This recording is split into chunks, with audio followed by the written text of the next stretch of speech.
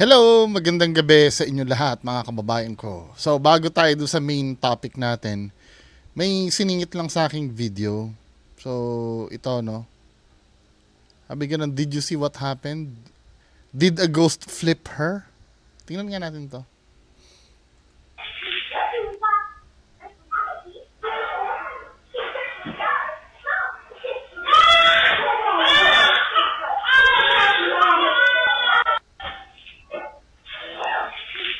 Wait lang ha, may tinitingnan lang ako.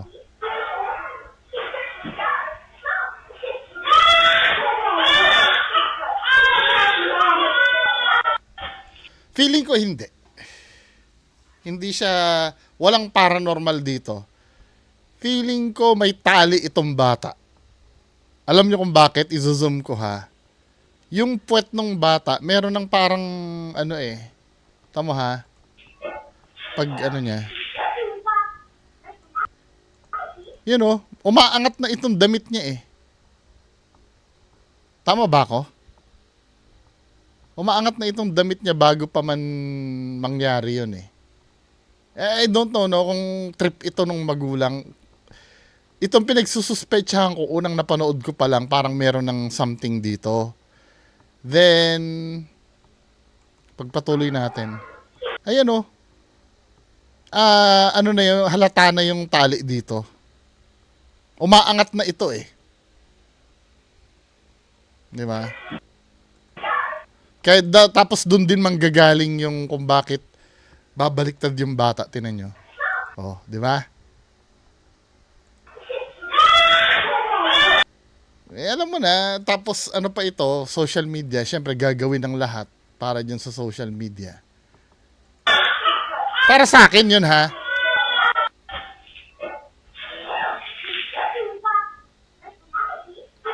Kaduda-duda na yung pag ano ng bata eh. Hindi lang talaga kita yung ano, yung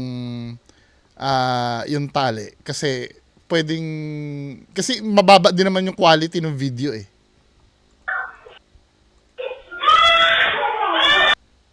Ano to, for me hindi siya paranormal.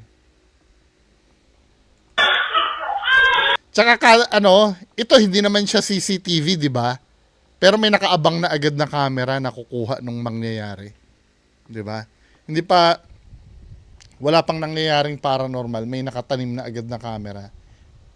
'Di ba? Okay lang sana kung CCTV 'yan eh. Pwede mo isipin na kinat na, pero hindi siya CCTV eh. Walang CCTV na ganyang kababa yung position.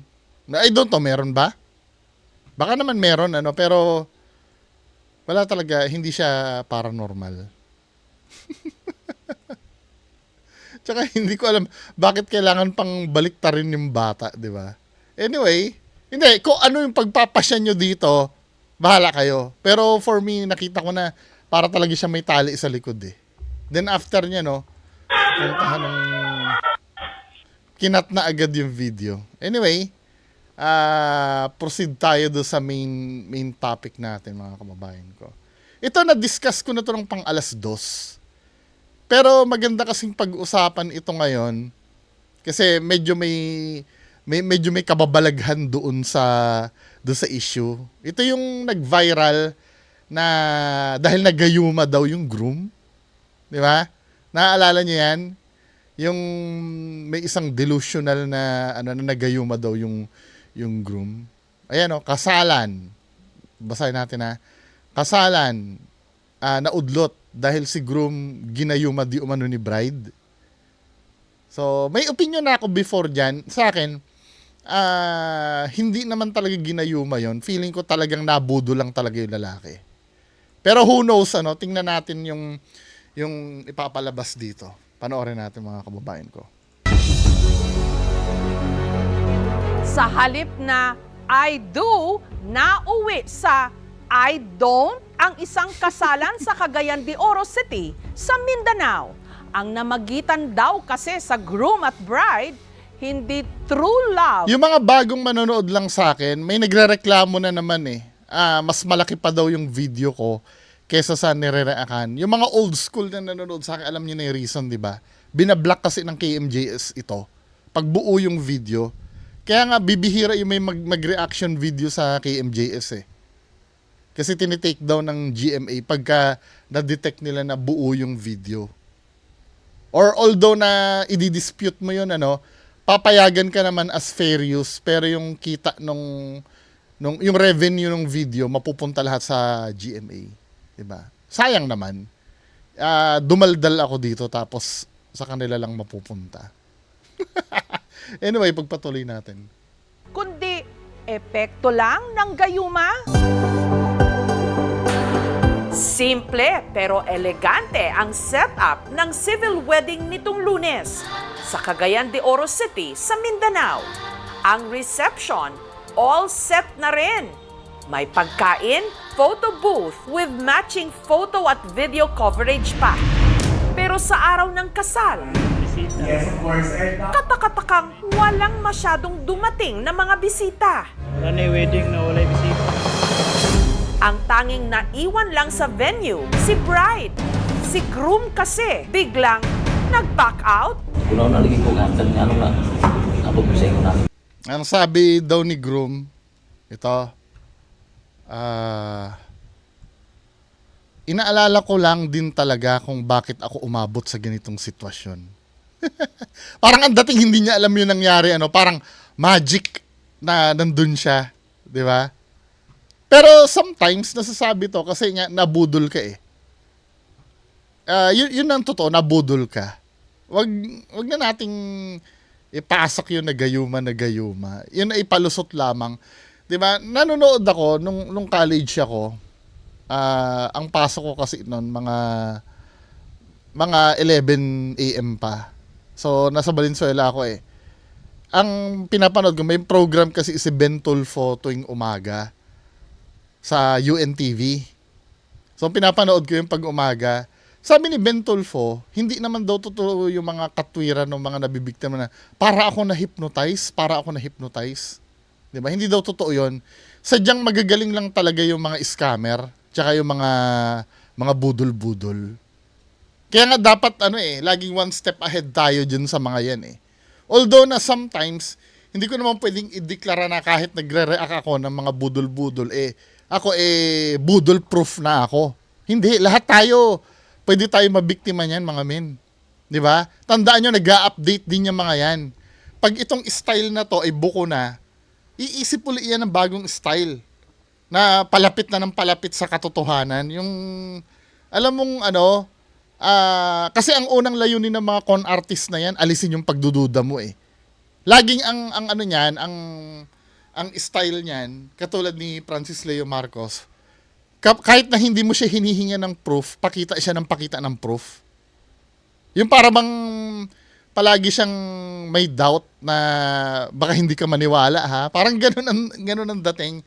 Tsaka pag nagsasalita yan, pag oo, yan ang oo, kahit hindi mo naman tinatanong. Yung halimbawa, alam mo ba, may-ari ako ng isang malawak na lupain sa Mindoro. Oo, totoo yun. Kahit wala naman nagtatanong na, baka naman hindi totoo yan ha. Wala naman naggaganon. Oo, totoo yun. Ako ay, 10 ang kotse ko. Mga sports car lahat. Oo. Basta yung, meron siyang, the way siya magsalita, parang binabalidate niya na agad yung sarili niya bago siya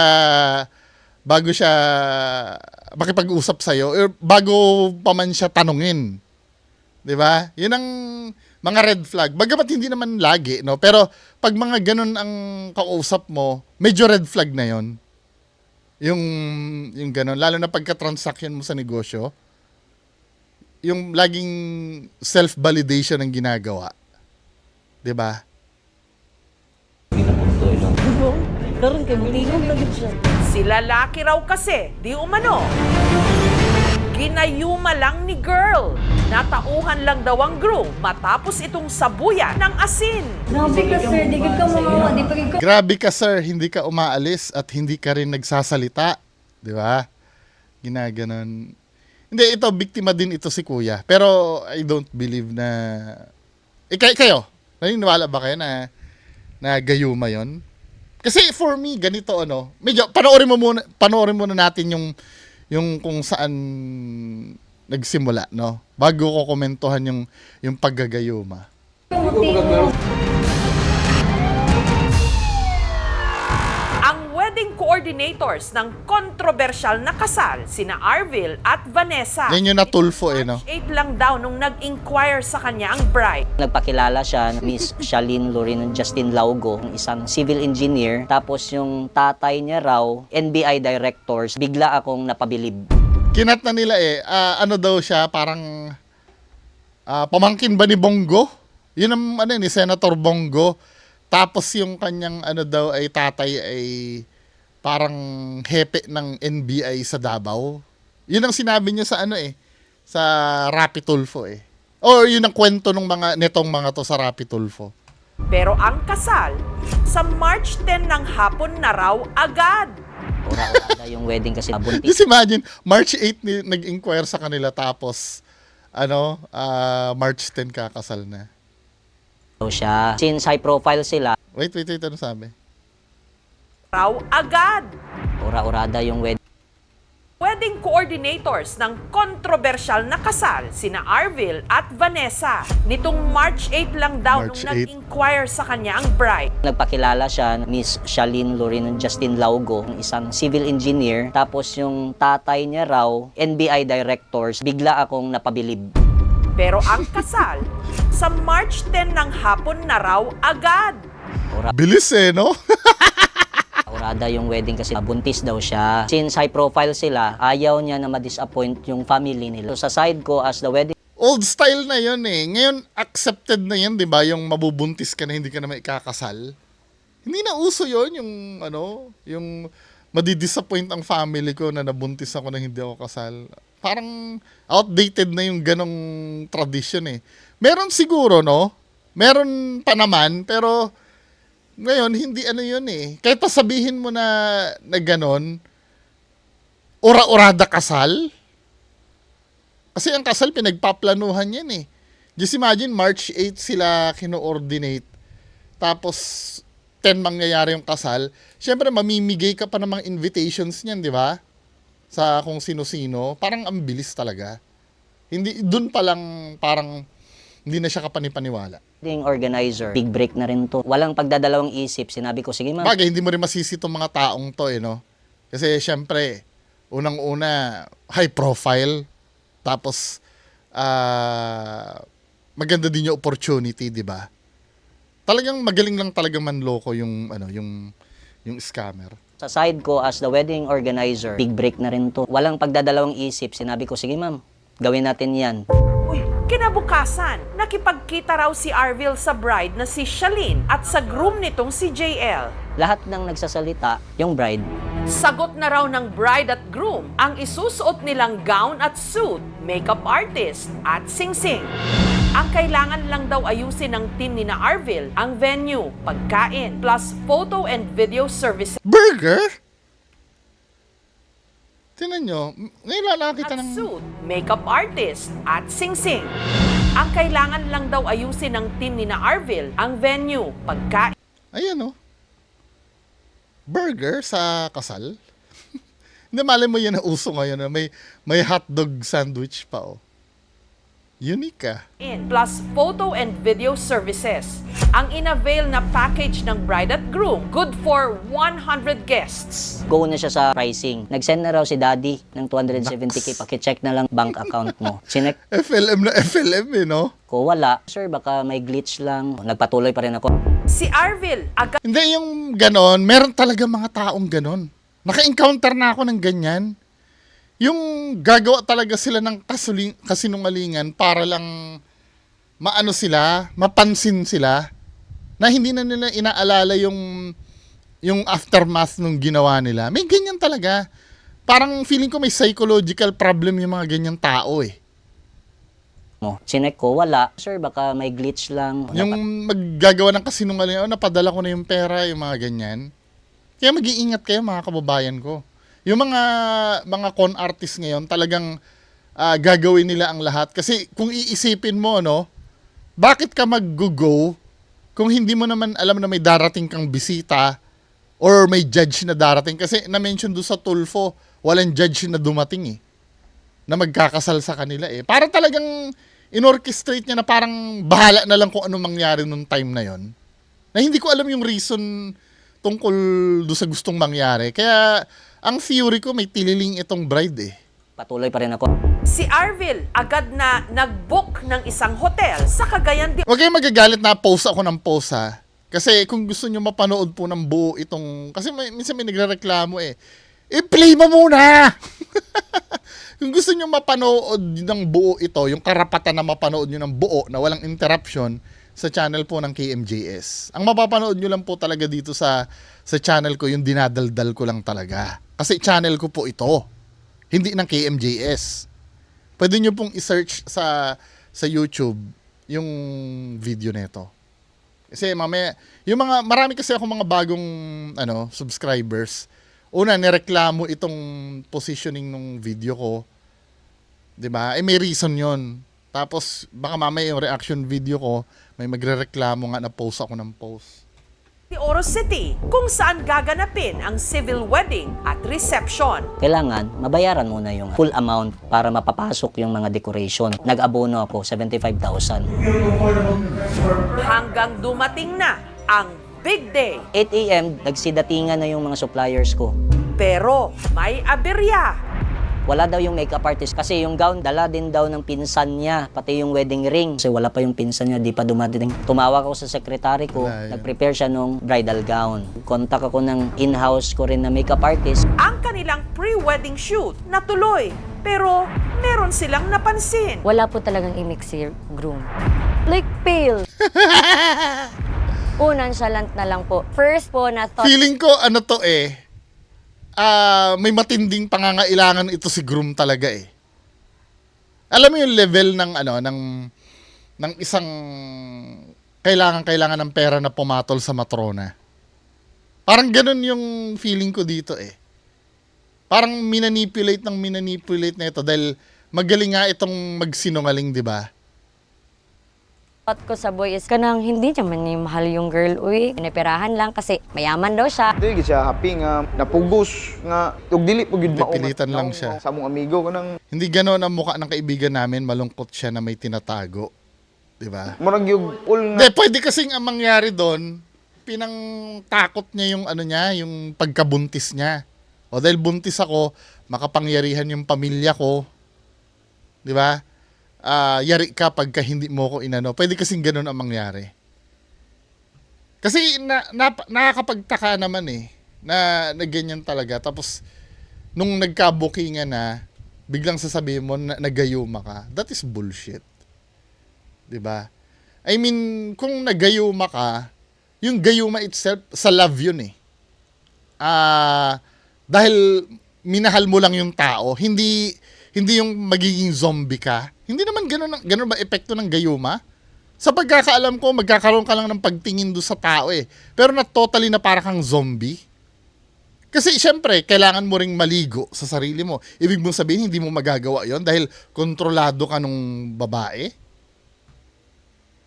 Maybe, mawawala ang common sense mo sa love kasi ginayuma ka. Pero yung common sense mo sa daily living mo, hindi mawawala yon. Di ba? Kaya medyo malabo yung theory na gayuma Kasi parang hindi naman yung babae, hindi naman parang maalam dyan sa yung mga gayuma-gayuma na yan, parang yan albularyo stuff yan Feeling ko lang yun, palusot na lang yun para, kasi damay siya doon sa response, sa totoo lang, nung panoorin niyo yung sa Raffy Tulfo, kasamang nagpipipirma din yung lalaki sa mga transactions nila. Siguro, way na yun ng lalaki para maiwas siya dun sa liability. Diba? Sinabihan niya lang na nagayuma lang ako. Pero in reality, liable din siya dun kung kasama siya dun sa mga nagpipipirma-pirma nung mga kontrata dyan tungkol dyan sa kasal nila. Law mo kay nga giuna-una bitaw nga.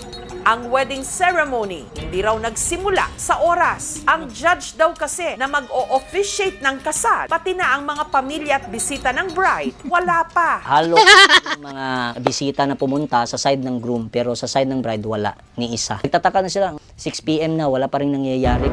Sa puntong yon, kinutuban na raw si Arvil na baka siya'y na-scam. Walang bayad talaga na nangyari.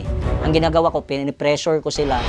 At nagulat daw si Arvil sa ginawa ng bride. Ang pinipressure nila, yung kaibigan ng mga groom. Card ba sila? Nala, Ano? Bride. ang pinipressure nila, yung kaibigan ng mga groom. Kung may credit card ba sila, nala, scam to. So ang plano nung babae, kukunin din yung mga pambayad dun sa mga sa mga bisita ng groom din. Iniisip nung babae na syempre kaibigan nila ito, ayaw naman mapahiya, baka pwede silang mag-abono. Yun ang siguro iniisip, akala yun ang master plan nitong ni Nancy Binay. Sorry I'm so sorry, public apology po ako. Kamukha kasi ni Nancy Binay eh. 'Di ba? Parang yun ang master plan ni bride na mangyari. Na wala naman talaga siyang ibabayad. Pero ang hindi ko naiintindihan, yung logic nitong kasal na to eh. Alam mo sa sarili mo na wala ka namang judge na kino-ordinate. 'Di ba? Okay lang yung mga kamag-anak mo, sige, hindi dumating yung mga yan. Kasi talaga namang budol ang hanap mo eh. Pero wala naman talaga mangyayaring kasal kasi nga walang judge, 'di ba? Hindi ko nakukuha 'yon. Bakit gumawa ka pa ng ganyang eksena na talagang walang mangyayari naman? Kahit pa sabihin mo na nabayaran mo yung granting nabayaran niya yung itong wedding coordinator, nagawa niya ng paraan, 'di ba? Nakalusot siya sa mga bayarin. Kung hindi rin darating yung judge, wala ding mangyayari doon sa kasal. Ano yung thought process niya habang kung wala siyang topak ano yung plano niya? Baka may isip niyo mga kababayan ko. Yung gagawa ka ng ganitong event tapos alam mo sa sarili mo na walang kasal na mangyayari, whether mabayaran mo yan o hindi, di ba? Parang kabulshitan talaga. Kaya to, sa akin mabiblame. Hanggang si Arvil tumawag na ng pulis. Una raw nilang kinausap si JL. Parang ini-scam ka ng bride. Pero nasa in denial stage pa siya. Gusto niyang ipakita sa mga kaibigan niya na may magaganap na kasal. Hindi kasi ganyan naman, yung mga biktima ng budol, nasa in denial stage pa talaga yung mga yan. Hindi mo sila makukonvince talaga. Kasi nag-invest sila ng feelings tsaka ng tiwala. Parang yung mga bobong fans ng Peking Ghost Hunter. Yung mga supporter ng mga Peking Ghost Hunter. Halimbawa, mga tanga at bobong taga-suporta nila Donsky. 'Di ba? Kahit ipaliwanag mo ng fake yung video nila, punong-puno na ng evidence. Parang hindi pa rin nila pipiliin talagang maniwala. Kasi yung parang kahiyaan na lang kasi yun eh. Yung parang hindi, talagang totoo eh. 'Di ba? Hindi sila peke. Totoo, naninira ka lang. Pero hindi sila ginayuma. 'Di ba? Talagang nag-invest lang talaga sila ng tiwala. Kahit yung mga nabiktima ng investment scam, na mga double your money, yan din na naisip eh. Yun talagang ipagtatanggol. Nandiyan ba si Sir GC 719 sa baba? Naalala mo Sir GC, yung kino-content ko si Don Chiuto ng Aklan? Yung pinagmumura ako ng mga tao doon sa double your money ni Don Chiuto? Na meron pang time na nakipagpustahan pa ako noon eh. Na 100,000 hindi maibabalik yung yung kahit yung investment nyo mismo, hindi na yung tubo, hindi na maibabalik yan. 'Di ba? Ang dami nag-call sa akin noon. Na ayan na, tapos si Don Chiuto naman, may pinapakita pa kunyari na USB. May USB pa siya nalalaman eh. Pinapakita niya sa posts niya, 'di ba? Tapos ako naman tatakutin naman ako ng mga ano. Ayan, bungo, ihanda mo na yung 100,000 mo. Ayan na ang payout namin hanggang sa hindi nangyari yung payout. 'Di ba? Maraming nasira ang buhay nun sa Capiz. Kung taga Capiz kayo, kilala niyo si Don Chiuto. Capiz Aklan niya mga nandyan. Kasi nga hindi dahil ginayuma kayo eh. Nag-invest na kayo ng feelings do sa tao or ng tiwala. At may inaasahan din kasi kayo. Malamang ang daming pinangako dito sa groom na to. Katulad nung ginawa diyan sa mga wedding coordinator na yan. Nutuban daw ang mga kaibigan ni JL na baka siya'y nagayuma hanggang sa nag-isip sila ng paraan para di umano ito'y kontrahin. May nagtapon ng asin sa kanya. Ayan, Tauhan siya, ma'am. ang tanong, sino yung nagtapo ng asin sa kanya? Nakuha nyo ba ng video or narinig nyo lang yung kwento? Kasi baka mamaya narinig nyo lang yung kwento na yan para ma-validate yung pagpapalusot ng lalaki eh. Di ba? Kuno na lagi ko gantan nga ano nga. Ako po sa inyo na ginapunto yung Sir, alam niyo ba to? Kailala niyo ba ang pamilya siya? Kahit isa sa pamilya niya, hindi ko pa po nakikilala. Habang ang bride naman, kalaboso. Ang bride na si Shalene, lakas loob na humarap sa aming team para depensahan ang kanyang sarili.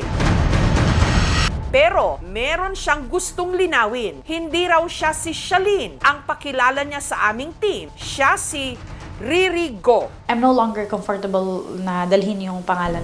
Kwento ni Ito dito natin magagamit yung cold reading eh. Na sinasabi ko, yung kadalasan na ginagawa ng manghuhula. 'Di ba? Ano yung mako-cold read nyo dito sa kay ate? Kung mababalidate nyo na hindi siya totoong bigatin. 'Di ba? Kung makikita mo yung cellphone niya, 'di ba parang Realme to na yung copycat ng iPhone. Or itel yata itong cellphone niya na to eh. Hindi ito iPhone. Dito pa nga lang nyo na hindi naman talaga ito bigatin eh. Just imagine kung ikaw ay katulad nung sinasabi mo na bigatin ka, hindi ka magsi-cellphone ng ganyan eh. Yes, naiintindihan ko katulad ni Willie Villarica, yung isa sa naging client namin dati sa Ace Hardware Marilao. 'Di ba? Kapatid siya ng may-ari ng Villarica Pawn Shop. Sobrang yaman nun. Ang cellphone nun, keypad pa rin yata hanggang ngayon. 'Di ba? Last na nakita ko si Sir Willie Villarica nung meron akong client sa SM Marilao kasi doon pumupunta yun, nanonood ng sine yung dati doon eh. 'Di ba? Ang cellphone niya keypad pa rin. Pero malalaman mong mayaman siya pagka may nakaparadang luxury car sa labas ng SM Marilao. Ferrari, Bentley, or yung McLaren. 'Di ba? Pag nandun 'yon, halata mo talagang mayaman talaga siya. Kahit pa sabihin mong simple yung suot niya, sanay siya. Tsaka yung pag cellphone niya kasi ng may keypad, matanda na kasi siya eh. Wala naman siyang alam sa mga ganito-ganito. 'Di ba? Parang nakasanayan niya. Pero ito kasi, medyo may kabataan pa si ate at the same time, engineer siya. Tapos, ganyan ang cellphone mo. Kasi sa panahon ngayon, essential na ang cellphone eh. Hindi mo pwedeng sabihin na pagpapaka-humble ito eh. Kahit pa naman sabihin mong pinaka-basic lang sana ng iPhone, yung cellphone mo, pinaka-basic ng iPhone, hindi na yung Pro, 'di ba? Kahit yung basta iPhone siya na reliable, o kaya kahit Samsung na basic na S23 o S24 man lang sana. Pero hindi men eh.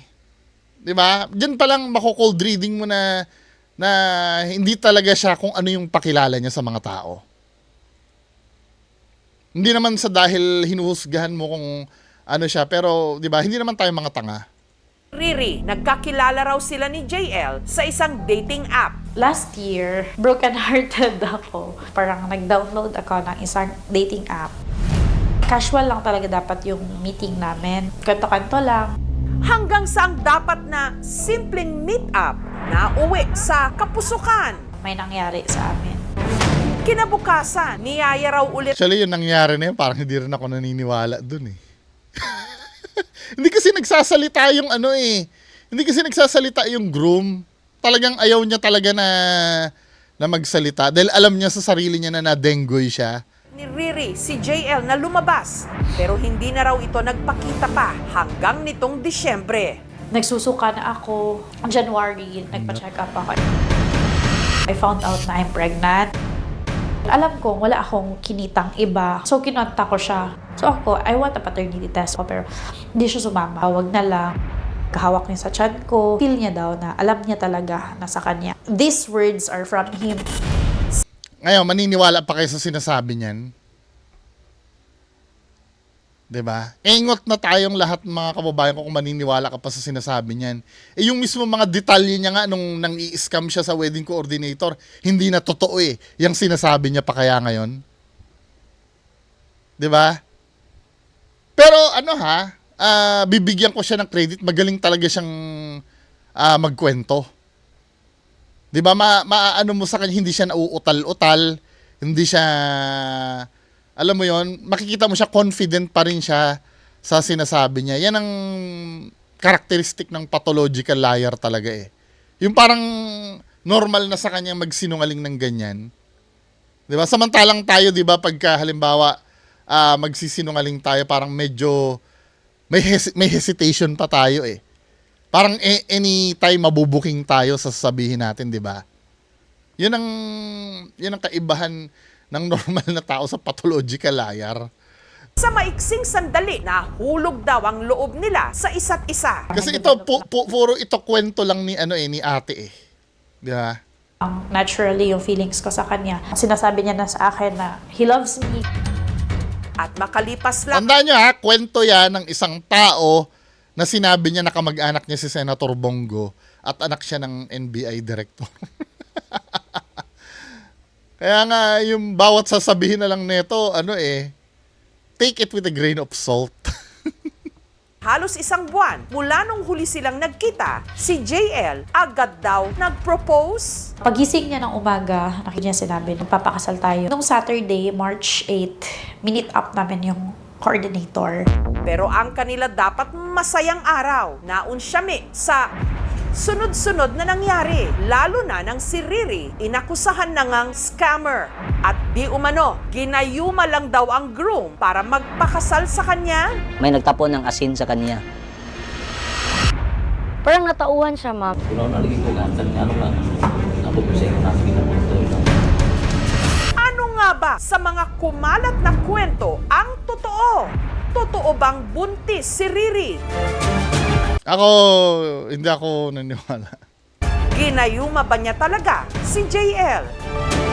At sa kalagitnaan ng aming pagsisiyasat, may natanggap ang aming team na mensahe mula sa nagpakilalang kamuntikan na rin daw pakasalan si Riri. Matra ko Nako. Nagtiwala naman ako kasi akala ko talaga mayaman. Ang mga So yun ang reason. Yung pakilalang mayaman.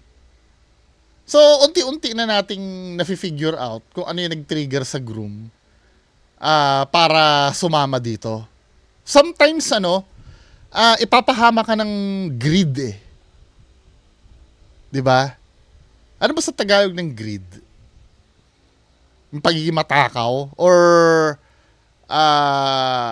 sa ibang term, ano ba ang synonym ng greed sa Tagalog? Maliban sa matakaw. Yung paghahangad ng malaki, 'di ba? Minsan ipapahama ka nun eh. Siguro marami ring naipangako itong babae na nag-letter P na yung mata nung nung groom. sabog na revelasyon sa aming pagbabalik.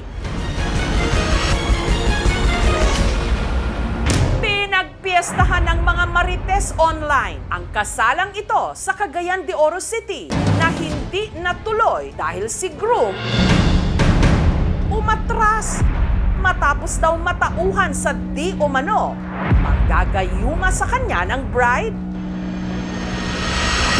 May nagtapon ng asin sa kanya. Parang natauhan siya, ma'am. Kuno na lagi ko gantan ano ka. Napupusing. Siguro yung sinabi niya dito, ang sabi kasi ni groom dito, inaalala ko lang din talaga kung bakit ako umabot sa ganitong sitwasyon. Siguro nasabi niya, ngayon niya lang siguro na-realize na, shit, ano na pala, what have I done? Parang ganon. Hindi naman nangangahulugan na during kung ano yung ginalaw niya doon na hindi niya talaga alam. 'Di ba? Parang na-misled lang siya sa isang bagay. Kaya hindi naman mahiwaga 'yon, 'di ba? Sir, alam niyo ba to? Kailala niyo ba ang pamilya siya? Kahit isa sa pamilya niya, hindi ko pa po nakikilala. Never ko talaga siya ginayon. Laking pagtataka raw niya nung tila pinaiwas na ng mga kaibigan ni JL na lumapit ito sa kanya. Shock na ako doon. Huwag mong titigan sa mata. Bakit? Anong meron? Iba na yung way ng talking niya. Dahil kasi yung nakadevelop na kasi ng, tama lang yung ginawa ng mga kaibigan niya. Nakadevelop na kasi ng dependence sa'yo yung groom. Kasi sometimes, 'di ba? Parang mga nanay natin pag may ginawa tayo mali or may ginawa, tapos isang tingin lang sa atin ng nanay natin, titiklop na tayo. Di ba? Parang ganun siguro, nakadevelop na yung groom sa'yo nung ganung band. Kaya tama lang yung ginawa na nilayo sa'yo. Para talagang mahimasmasan yung groom mo. Naputol na lang daw ang kanilang diskusyon nung dumating ang mga otoridad. Na babae na Sumama ako sa police station. Explain na wala pa kasing payment, which is I acknowledge din naman. Si Riri, binigyan ni Arvil ng 10 araw para mabayaran ang balanse niyang nasa halos 100,000 pesos. Meron din tuloy nagduda kung talagang buntis nga ba si Riri. Sabi ganun, Hindi naman ata buntis mukhang hindi naman buntis si ate girl. yung babae. Kasi according sa 6 months daw na buntis, di ba? Nagtanong ang aming team kay Riri kung may pwede siyang ipakitang medical records patunay ng kanyang pagdadalang tao. Pero tumanggi siyang magbigay ng kahit anong pruweba. Wala na yan. Maasa kasi si groom na ang daddy daw kuno ng bride ang magbabayad ng lahat. Akala ng groom naka-jackpot siya sa babae. So, ito yun. Medyo agree ako dito, no? Ayan, umaasa kasi si groom na ang daddy daw kuno ng bride ang magbabayad. Akala ng groom naka-jackpot siya sa babae.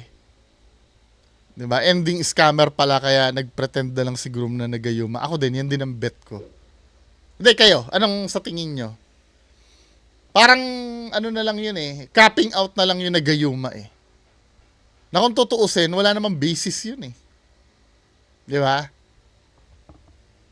Tapos sasabuyan ng asin. Ayun, tama ito sinabi. Umaasa kasi si groom na ang daddy daw kuno ng bride ang magbabayad ng lahat. Kaso walang dumating para iwas hiya. Hayun, kunyari, ginayuma. Para iwas hiya, no? Babae. Samantala, sinubukan naming interviewin si JL pero hindi siya nagpaunlak. Mula naman nung Ano sabi? naming interviewin si Hi, we apologize for any inconvenience this may cause. After careful consideration, my client and I have decided not to proceed with any interviews at this time. Abogado to siguro, no? Once again, we're truly sorry for this. Thank you for your understanding and take care. JL pero hindi siya nagpaunlak. Mula naman nung nag-viral ang pangyayaring hagisan ng asin na di umano pangontra gayuma, may iba pang lumutang na nagsabing Nako. na-scam din daw sila ni Gawain na pala talaga. Ano yung ginayuma din lahat? Riri. May group chat pangaraw na binuo ang kanyang mga nabiktima na aabot na raw sa 20 tao. I refuse to answer the issue kasi ginagawa na namin ang legal process. Legal process ka dyan? Ano, may lawyer ka? Pambayad nga ng 100,000 dyan sa ginawa mong kaguluhan, wala na. Feeling mo may lawyer ka pa? Bullshit. May nakipag-ugnayan din sa aming programa at nagpakilalang kamuntikan na rin daw siya noong matikot ni Riri. Itago natin siya sa pangalang Peter. May nag-chat sa akin kasi na account. Profile pics niya dun. Maganda kasi yun, mga sexy na nakalagay. Mga track ko sa background na. Mga January hanggang sa May kami nagkarelasyon. May nangyari sa amin. Yung una nun, sinabi niya kasi buntis na daw siya. Modus talaga, no? At totoo talagang may nangyari. Siguro, nilalasing niya or ano, di ba? Hanggang nagdesisyon daw silang magpakasal. Alang-alang sa bata. Pero ang ending, wala raw kasal na nangyari. At ang halos 300,000 pesos daw na nagastos nila, pamilya raw ni Peter ang nagbayad. Magbabayad talaga siya kasi akala ko talaga mayaman siya. Magre-reklamo din ako. Marami na kasi siyang na-scam na yun. Na Isa ring akala daw mayaman daw talaga siya. kagaya sa akin na nangyari. Kung gusto kong mangyari is makulong yun. Hiningan namin si Riri ng reaksyon tungkol dito.